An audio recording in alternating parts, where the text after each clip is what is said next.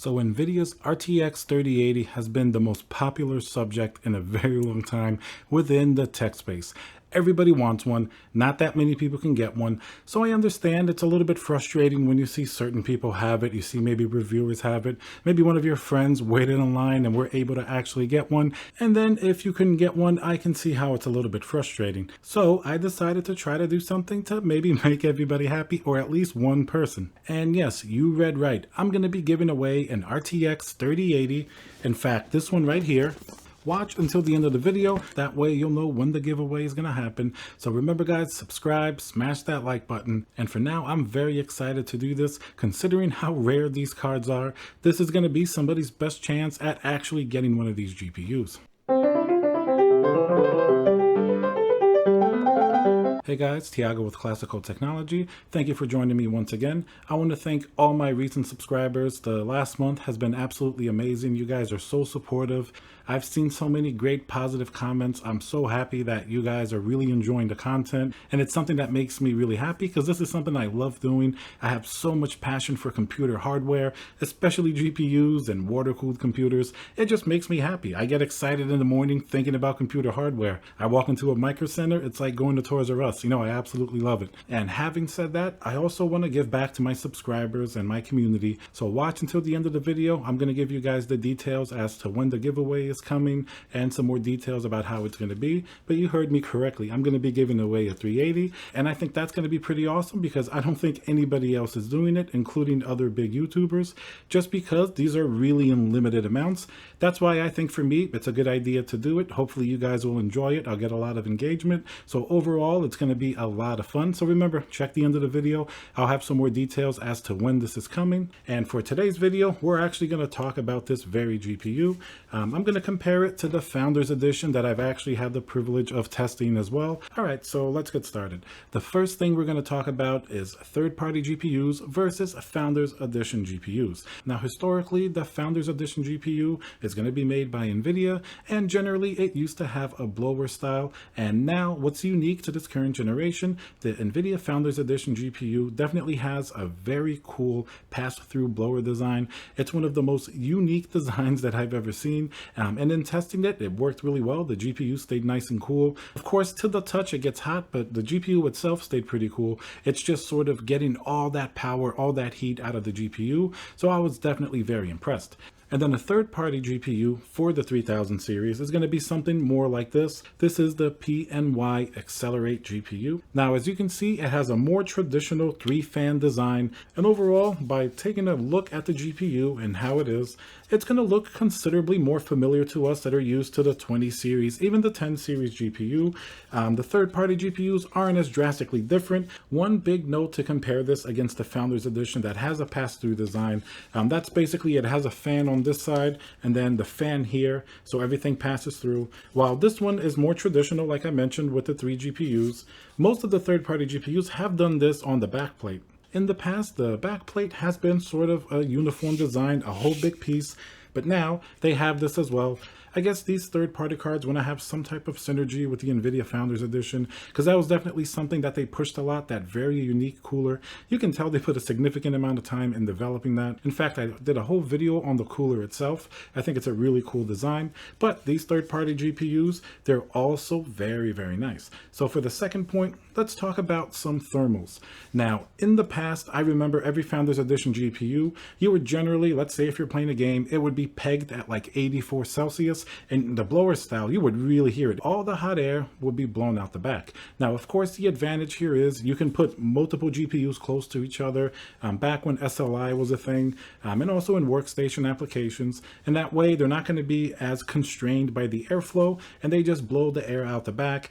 Now, last generation, Nvidia made a huge improvement with the 20 series GPUs, like the 2080, 2080 Ti.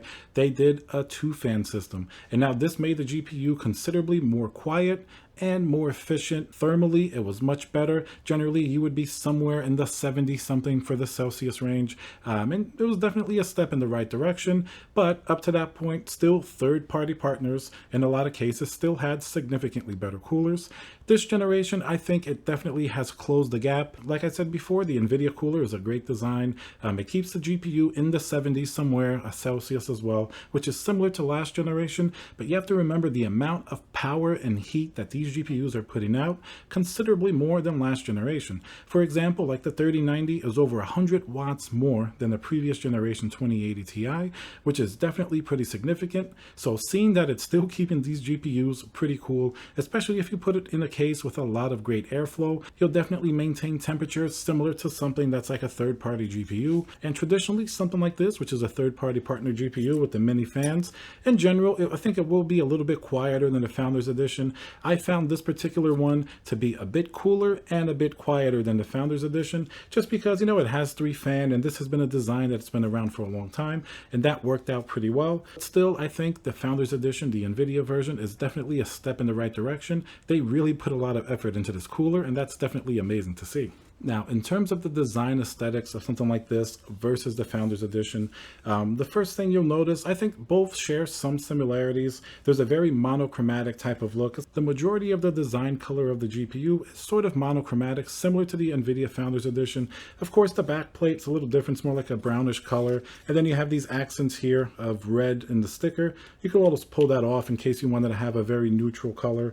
But overall, monochromatic design seems to be sort of a really big thing. If you look at the Founders Edition, that's it completely. And most motherboards actually have that, some type of a gray or silver or black mix in. I really personally like these type of monochromatic designs because you can either do one, you could do a monochromatic theme on your computer with like black cables and have everything nice and almost night mode, or two, if you do different color coolants and RGB, having the monochromatic elements there, it's going to be very neutral. So you can actually do different color cables, you can do different color RGB, and you're not going to be fighting with the color on your motherboard. If your motherboard had red, for example, or some other color, you don't have to fight that color theme. A monochromatic design gives you much more flexibility across the board when you're designing your gaming computer, and even more if it's a workstation where you want it to look more professional. And then another note on the actual size. Now, this one is going to be a little bit thicker than the Founders Edition, which generally it will be okay, but keep in mind if you have a case that's a little more constricted in terms of the space, you may not be able to put as many things below it.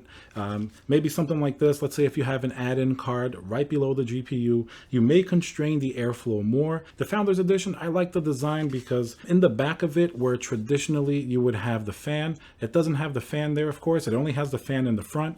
That means I had a Thunderbolt 3 card underneath it, so that means that it's not going to be blocking that fan. The front fan is taking in all the air, and the other fan is on top, so it's actually not affected. Now, if I put the Thunderbolt 3 card PCIe on the bottom of this one, the first problem is that it's going to block some of the airflow to that first and a little bit of that second fan. And then, of course, the next issue is that since this is a thicker GPU, you're also going to be a lot closer to that card, therefore further restricting your airflow. So if you guys are going to get a GPU like this, just make sure you have a case that has good airflow. Make sure that it's big enough. And if you're going to be putting any type of PCIe cards, like a sound card, a capture card, maybe, you know, a Thunderbolt 3 card like I had there, just make sure it's going to have enough room so that way you're not choking out all of the airflow to a GPU like this. And then, like I said, the Founders Edition is a little bit easier to work with just because the fan is only on the front and on the top of it, so it doesn't affect it nearly as much. Another important point to consider between something like a Founders Edition and a third-party GPU like this, it's actually going to be price. Generally, you would think the Founders Edition from Nvidia with that really fancy cooler is going to be more expensive, but it's actually not the case. In general, a GPU like this, a third-party GPU, may be more than the MSRP of $700. Some of them are going to be $750, some even as high as $850.